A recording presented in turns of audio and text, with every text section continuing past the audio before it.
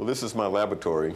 Johnson was experimenting on a new kind of heat pump in his bathroom, of all places, when a blast of water suddenly shot out of a nozzle. And the stream of water was so powerful that it set up air currents in the bathroom, and I thought to myself, geez, this would make a neat water gun.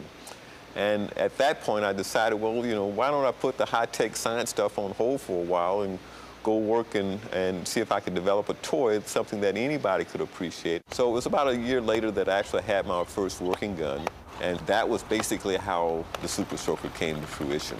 Pulling the trigger actually opens the valve and allows the compressed water to go from the tank into the nozzle like this. Of course, I wanted to create a business around this. I was going to manufacture it and sell it and make a whole bunch of money. After 7 years and a lot of rejection, Johnson found a company, Laramie Toys, and a man named Al Davis, willing to market his squirt gun on steroids. He said, you know, we would be interested in that, but I can't review it now. Our headquarters is in Philadelphia. If you're in the area, come by and see us, and we can set up a meeting and see what you have. And I said, okay, that's fine. And as I was getting up, he looked at me, but don't make a special trip. Johnson did make a special trip, and the rest is history.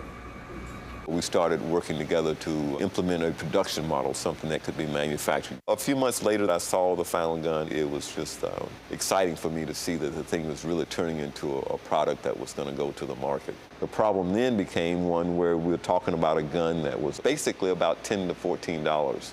And people were used to paying $1 or $2 for a water gun. There was no advertising. We put them in the stores, and then we watched to see what happened, and they just blew out right away.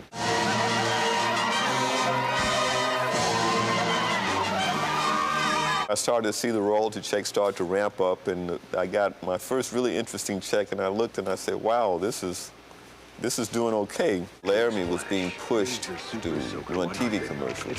The gun was put on TV, and it blew out again. But with success came scrutiny.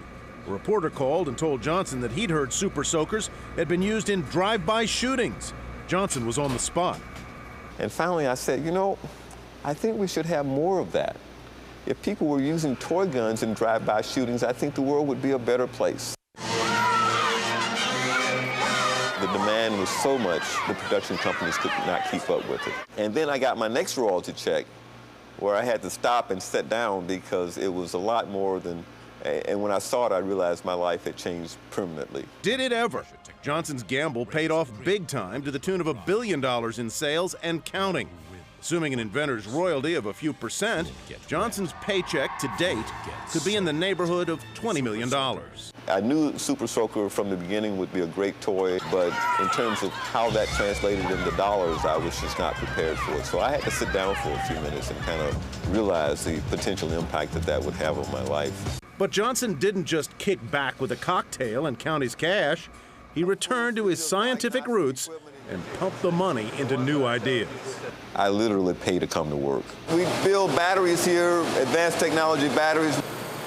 I'm running this research and development operation trying to develop the world's most advanced power generation technology. These are thin film micro batteries. We're developing these for use in smart cars. I reinvested my earnings into the research that I'm doing because that's who I am and that's what I do.